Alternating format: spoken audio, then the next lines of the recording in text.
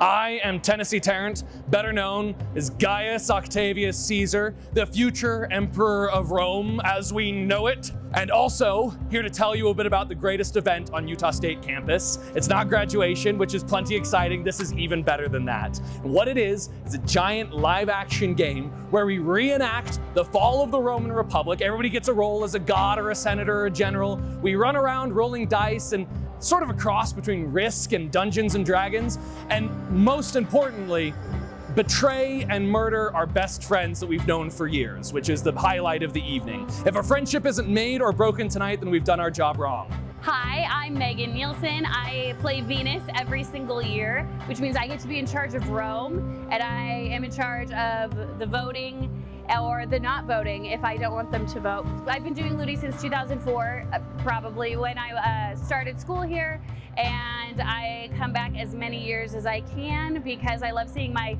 friends and my colleagues, and I still work with a lot of the people who come back to play every year, and it's just so much fun. Ludi actually goes back into the 1980s, I believe, maybe the early 90s. It was first designed at BYU, and it was then exported to high schools around Provo.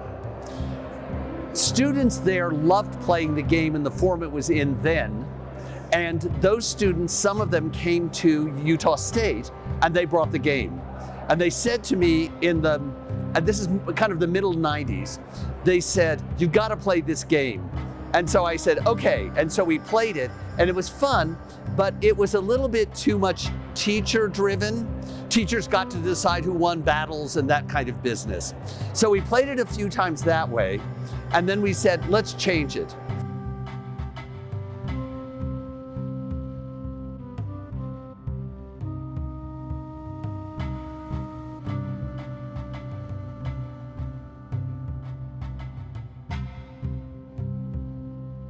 If you have questions about travel in the sea, if you are an ocean god, can you please raise your hand and make some visible things? These are the people that you're going to come to. You can purchase ships from them, and they will attack you if you cross their boundaries without a ship. If you have needs of changes in seating, Minerva, Saturn, Ops, Mercury, or Hermes, if you are one of those gods, could you please stand up or raise your hand, make some visibility for yourselves.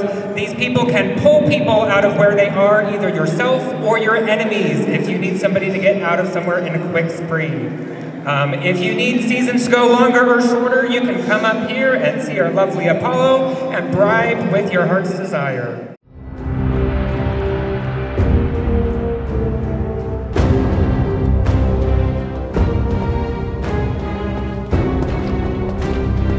Let the games begin.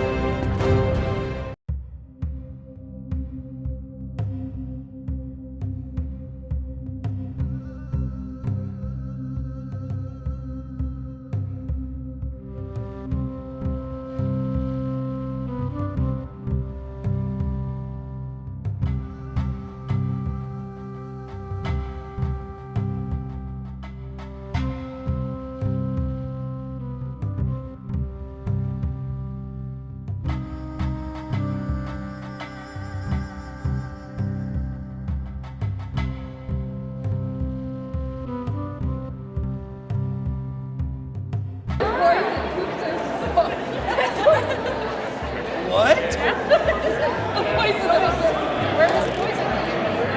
Here? Basically like that.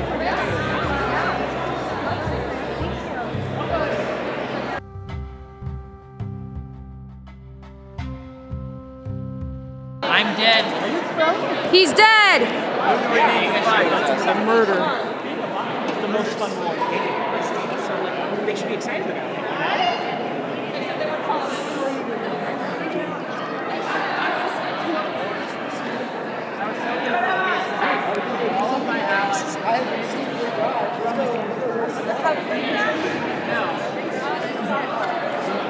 Several of my allies have thus betrayed me, and so Rome is to burn. So my name is Rebecca Call, and my character is Ishtar. She is the Mesopotamian deity of love and war. Originally, actually, she was two separate deities. So in Sumer, she was like the goddess of love. In Assyria, she was the goddess of war, or maybe it's vice versa. And they ended up combining her together because why not have her just be one? So that is Ishtar. It's a nice combination. This is inspired, the getup is inspired but not perfectly historically accurate to some of the inscriptions we have from ancient Mesopotamia. We do have them wearing sort of wool. So we have in some of the statues or some of the inscriptions that we have, they loved blues and reds and bright colors, so hence the makeup, that's sort of inspired by it. Yeah, and then, I mean, this is just looks awesome.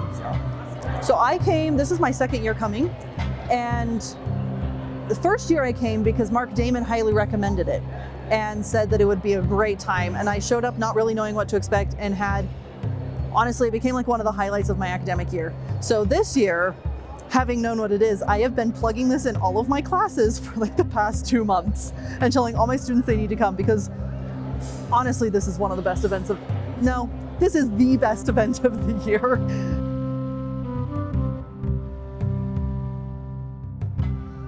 Only the roll that you make counts. No extra math, extra rules, no nothing. You just get what you can roll. That's how we roll. Okay? Now, at any time, the faction can trade out their rollers. So if you are unhappy with the way that your Imperator or your Strategos is going about this battle, you can trade them out. But it will be the last one standing. We're doing good. We got 2 6s. Okay. And roll. We got a 5, 6 over there, 6 over there. We've got 2 here, we've got 3 here, and 4 over there. That's how close it is. You can see.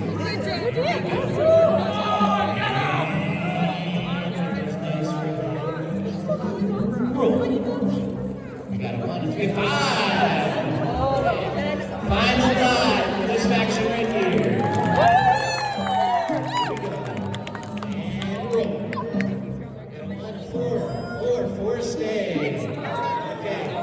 These 2 factions are down to their final 9. Here we go.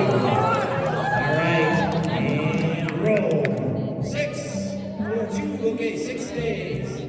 This faction has been eliminated.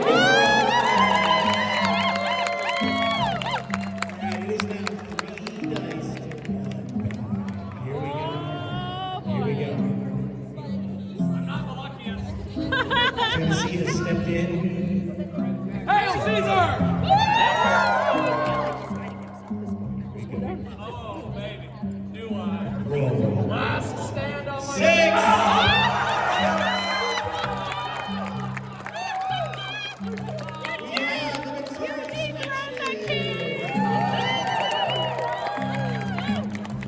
Originally, there were simply senators who had armies and gods who controlled the outcome of battles. And since then, we've added generals who have more armies, and we've added kings in foreign countries because that's a reality of Rome. We've added female characters because there was an insistence that there be women in this game. And then I said, well, what do you want to do? They just get married. And they said, oh no. And so they created a sequence that female characters can go through where first of all, they are unmarried women, Wirgenes. Then they have enormous dowries they give to their husbands. They get married and they are matroni, matrons. Then, this is Roman history. They can kill their husbands, take the armies back, and they can become generals themselves called Amazons. So the game has added all of these elements over time, and if it has any kind of analog in Roman history, or it is something that we can find in mythology or religion, we allow it in the game like this, because I'm a professor and I want this to be a learning experience. So they come away knowing just that much more about Roman culture and history and religion than they did when they walked in the door. That's what all experience in school should be.